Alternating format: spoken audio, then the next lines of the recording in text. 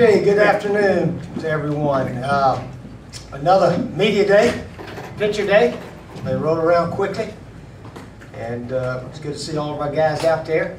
Good to see about 35 freshmen jump in the picture with me. That means we got a lot of ball players down the road here in South Carolina. I think a lot of them may play this year, who knows. But anyway, we got a good group of guys, and I think we've assembled hopefully one of our best teams ever. Time will tell if it becomes a real good team or not. But the first 4 days of practice been pretty good. And again, it's just practice. We got a ways to go, as we all know. We were not a dominant team by any means last year. 7th in offense, 7th in defense. Special teams didn't do much. So if we're going to have a big year, we got to play some ball a lot better than we have here lately. But we're looking forward to it, and looking forward to the season. So we're in preparation. Everything's on schedule, and hopefully it'll work out in January when we all meet in here. All right, any questions on anything? Please raise your hand. We'll get a microphone to you.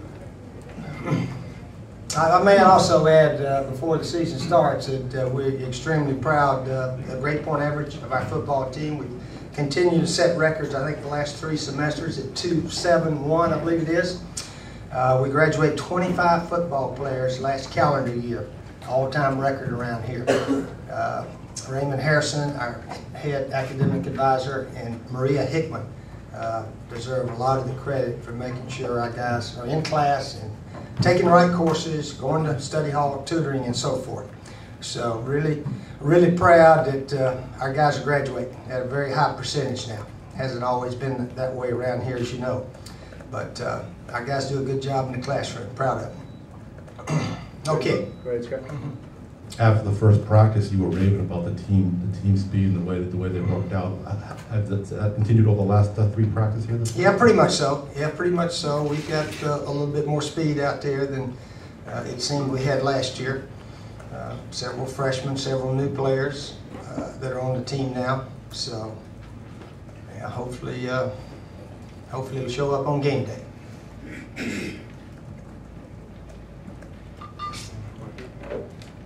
Neil? The big-time recruits who come in here always seem to draw a lot more attention. Your impressions of Jadavian and how he'll be able to handle what's going to be a pretty big spotlight for him? Yeah, Jadavian is a well-rounded young man.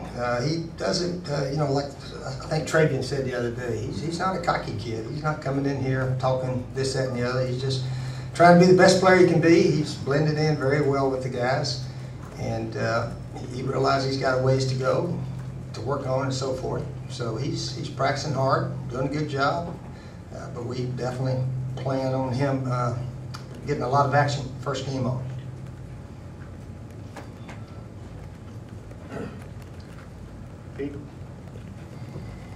Steve, again on Jadavian, but have there been times when even you said, wow, this kid's as good as people say that he is? I mean, have you seen things out of him that make you think he can live up to some of the stuff people are talking about? Well, we haven't played yet, and we haven't really scrimmaged. We're just out there in shorts and helmets, pretty much, although we put shoulder pads on the other day. So we haven't done all that much, but obviously he can come off the ball, and he can run around just about all of our tackles right now. But it's still a ways off until we really play.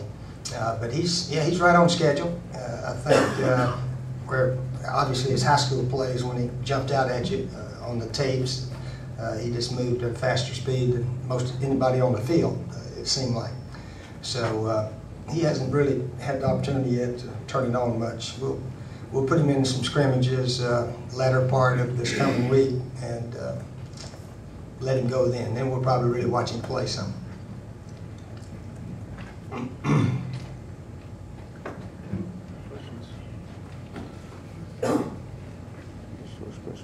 Can you talk about Marcus some and what you're expecting of him this year? Marcus, what about him? Just what you're expecting for him this year. Well, we're expecting him to have another super year and stay healthy. He's beefed up a little bit, not too much though. But he's ready to play, and hopefully he gets just as many carries and maybe even more touchdowns. Who knows how it's going to turn out? but he's ready to go, and he's a wonderful team guy. Off-season workouts, he leads the way. So he's another really super player that is also a super teammate.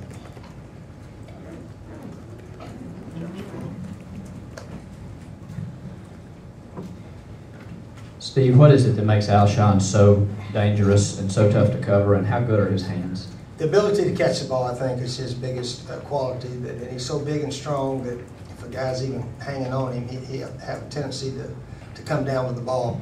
But he's getting better running routes, cutting off the right foot, getting open, using his feet. He's got excellent feet, and we're trying to get him to use them just a little bit more to get open. And so he's working hard too. He stays out after every practice, catches a few balls, and so forth.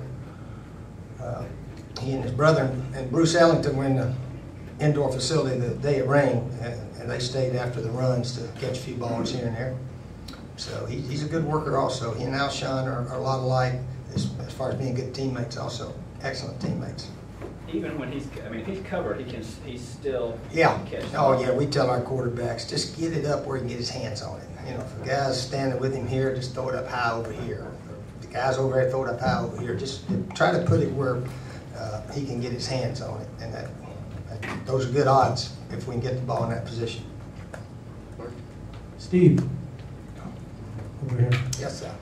You kind of have had issues in the past over your quarterback's sort of lack of being a student of the game, putting in the extra time and all that. Leaving off the off-field stuff, just as far as the quarterback and what he does and what he knows and how he sort of radiates his leadership, what kind of differences do you see in him now from, I don't know, a year or two ago? Well, again, we've only been with him through these 4 practices, but I can tell he's just got a better commitment level. He's not goofing around as much as he used to. Well, he's not goofing around at all, really. But he's trying to really play the position. He's trying to make good decisions out there, and he has. He's made better decisions than in the past. We were watching the tape the other day, and I said that's the way to get it. He hit about the 4th choice on a pass play, and the first 3 were all covered up. Here came the 4th one, and he immediately went to it. And I said, now that's playing quarterback. You pick out the guy that's open and try to throw it to him. And so maybe he's learning, and his 5th year is going to be his best. We hope. Connor's done well also, and a lot of the other quarterbacks have done pretty well. Andrew Clifford has been a little bit surprising. He's made some good throws here and there. Tanner McAvoy's made a few plays as a true freshman. So we're in good shape. I really believe we're in good shape at quarterback. Coach, can you take us through the timeline with Brandon Shell yesterday, and do you expect him to return to Yeah, Brandon had a little heat-related problem there. We, all the other guys were fine, but sometimes those big guys, we should have held him out. To tell you the truth, from maybe that last run across the field. But he got a little dizzy and so forth, and our trainers acted quickly and got his temperature down, got him in the cold tank there, and as a precaution, I think they went ahead and took him in and checked him out at the hospital, and he was back at the meeting in the afternoon. So it was a little, it's always a scare anytime one of your players gets a little dizzy and so forth. So our trainers were super though. Clint Haggard, he was textbook by the book on how to handle it. Nate Peck, the assistant trainer, and Dr. Jason Stacy, they were right on top of it immediately. So it worked out. But that was a good lesson for us, because I never want to see that, hopefully again, a player, get dizzy and so forth from the heat. And we should have held him out. He just wasn't ready to, he's a big young man. He wasn't ready to run across the field that many times. So fortunately, everything's fine now, but we're going to try to make sure we don't push those big guys like the little guys. The little guys, they can run all day, but some of those big guys just, they can't quite do that. So we'll do a better job of monitoring how much running some of the big guys do. Do you think he'll practice tonight? I'm not sure what the trainers have for him tonight. I imagine he'll be out there doing something. I don't know if it's full go or not.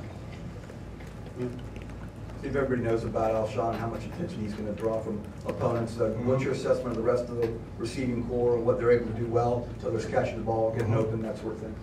Oh, they've done very well. And Ace Sanders, Bruce Ellington, those are two really quick, fast guys. Jason Barnes he's done well in preseason. Lamar Scruggs has actually done some good things. He had his best practice yesterday ever as a Gamecock. Lamar Scruggs. We started to give him a practice ball, but we forgot to, I guess. He made a couple of leaping catches. Yeah, he was fired up the other day. Lamar Scruggs. So we got a lot of good receivers, and they've all been here a while, just about. Amazingly, Bruce Ellington, he pretty much knows the offense. He was here this summer, and I think Ace Sanders actually taught him most of it. So he knows what to do, pretty much everything. So we got plenty of guys other than Alshon. You talked about having being better at quarterback. Now, hasn't been the case very often since you've been here. How difficult has it been for you to build a stable of quarterbacks? Well, you look around the country, and most teams say they don't have a great quarterback. So it doesn't happen everywhere. And our quarterback play hasn't been that poor. My goodness, our receivers are setting all kinds of school records. Somebody's got to be throwing to them, you know what? Sidney, Kenny McKinley, and now Alshon, gosh, they hold about every record we got, don't they? Pretty close to it. So our quarterback play has not been that bad. So I guess we're waiting on an All-American Heisman Trophy guy or something like that, but they played pretty well. They played pretty well, but obviously we think that we can play better. And so I think the play will be better this year. Where does Demir Bird compare in terms of the fastest wide receiver? Yeah, I forgot. I knew there was somebody leaving out there. Demir Bird. Yeah, all three of those guys are at the same position right now. They need to move them around a little bit. Demir, he may be the fastest guy on the team. He may be. We haven't raced them all yet, but certainly he was a class track athlete in high school. He ran a lot of national events, 60 meters, 100 meters, and so forth. And he's already proven he can catch the ball. He can go deep and catch it. He's got pretty good hands. So he's a guy. There's a place for him as a return man also. He and Bruce Ellington, DJ Swearinger. DJ's probably going to be our first kickoff return guy because he hits it hard. He breaks some arm tackles, and he's a physical young man.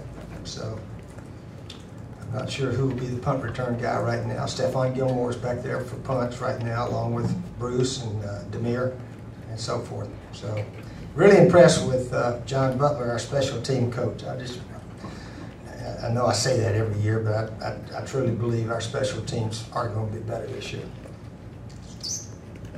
One of these years I'm going to be right about that. I think it's this year. I think it's this year. The last couple of years with you guys being able to recruit better, how has it changed the culture within the program? Well, it's changed the expectations, certainly. And the reason we've been able to recruit better, our athletic director, our president have really said we got to get our facilities up to par. And our boosters have pitched in. I always remember Lee Corso said Spurrier can never win at South Carolina because they don't have the money the other schools have. And he said either they don't have the money or their boosters with the money aren't giving it. Well, we've proven them wrong. Our boosters with the big money are giving. And we've been able to get our facilities up at a level with the Florida, Georgia, Tennessee's, maybe even a little bit better in certain areas. So we've got that done, and then we've really tried to work our state. And if you can get the top players in your state, that gives you an opportunity actually to pick a few out of the other states too. It's a common fact that really good football players like to play with other good football players. I was watching one of those NFL shows the other day about all these guys signing with the Eagles. And the announcer said, these guys want to play with Michael Vick. And I started thinking, Marcus Lattimore might have been our best recruiter last year. I guarantee you, everybody came through, Jadavion and all them guys, Marcus spent time with about every one of them. So what I'm trying to say is you get a top guy, that helps you get the next one. And the next one, it's a snowball effect there, it really is. And that's what gives us a chance. That doesn't mean we're going to win big, that just means it gives us a little better chance than if we didn't have these guys. I know you hadn't gotten into pads yet, though, but what are you most pleased with about this team so far? Oh, like you say, we haven't done anything much yet, but the attitude's good. Camaraderie's very good amongst the guys, and they know how to work pretty hard. But we're still ways off. We hadn't played anybody yet, so we're just we're looking forward to this week of practice, and tonight's practice is the first step, and just go one day at a time. Back of the room. You've mentioned Bruce Ellington's name several times. Talk about the learning curve he's going to have, and can we see him having an impact early on, maybe as early as the first game or two, because he's got a little rust, hasn't played a little while. Well, he hadn't played in, 1 year, but Bruce has played football his whole life. Yeah, I mean, football, basketball, I think he may have even run track, I'm not sure, but so he's a natural. He's a natural. He's got hands, he's got quick feet, and like his mother, I read in the paper, she said, I could tell he was happy because he was studying his playbook all summer. And he has. He studied his playbook, which, gee, I don't know how many first-year guys I know that can come in and pretty much know the offense. So Bruce is he's a very smart young man that we've learned just in the last 4 or 5 days, and he really wants to be good. He's got a commitment level that I think is going to be contagious to a lot of our players. It'd be very helpful. You have time for 2 more. Tim? You've mentioned the South Carolina mediocre football history many times. Do you think last year's division championship gives this team any kind of mental edge that they might not have had before? Oh, I don't know. Mental edge. I think it's important to have some success, and in order to have more success, certainly. But we got to go play this year to find out what that division title meant. And again, we had some good fortune last year that the 3 other schools didn't have very good years, I guess. We were only 5-3. Heck, we were 5-3 our first year here in 05. I started thinking about that the other day, and that game we could have, would have, should have won against Georgia 17-15. If we'd won that game, we'd actually won the division that year. But anyway, it didn't happen. And but hopefully it's something we can build on. Build on Eastern Division, try to back it up, try to win the SEC. That's our goal, is to win the SEC. That's going to be our goal every year that I'm here, I think, the rest of the way, because we should have the team capable. That doesn't mean we're going to be favored, but we should be capable. If everything works out well for us, we should be in the hunt to win the SECs.